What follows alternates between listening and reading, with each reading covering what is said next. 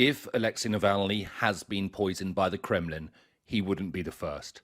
Skripal, Litvinenko, Magnitsky, Yushchenko, all critics of Putin and all victims of mysterious attacks. Vladimir Kara-Murza claims to have survived 2 attempts on his own life and is in no doubt what has happened to Alexei Navalny. Every time this happens, Kremlin spokespeople shrug their shoulders and say, oh, we had nothing to do with this. It just keeps happening that there are these astonishing coincidences that these people who have in one way or another crossed the path of Vladimir Putin's regime keep having those terrible accidents. Some of the most infamous Russian assassination attempts have been in Britain. In 1978, the Bulgarian dissident Georgy Markov was poisoned with the tip of an umbrella whilst waiting for a bus on Waterloo Bridge.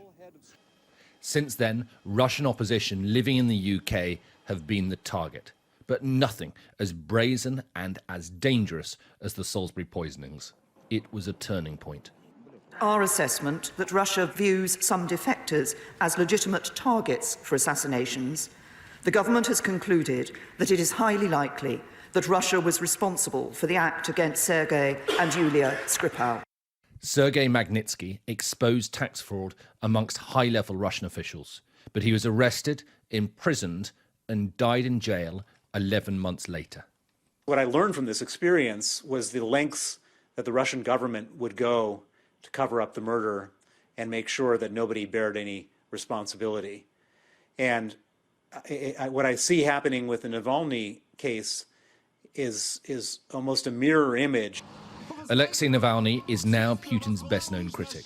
His anti-corruption movement is popular, he has momentum, and he is a real thorn in the Kremlin's side. But if he dies, regardless of who is to blame, it could backfire on Putin.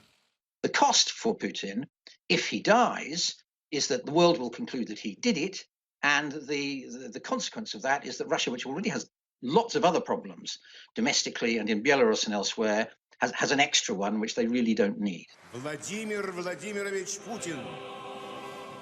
If Navalny stays in Russia, it is unlikely we'll ever know for sure what happened to him. But assumptions will be made, of course, and however much the Kremlin might protest its innocence, this fits a pattern of behaviour. Alistair Bunkall, Sky News.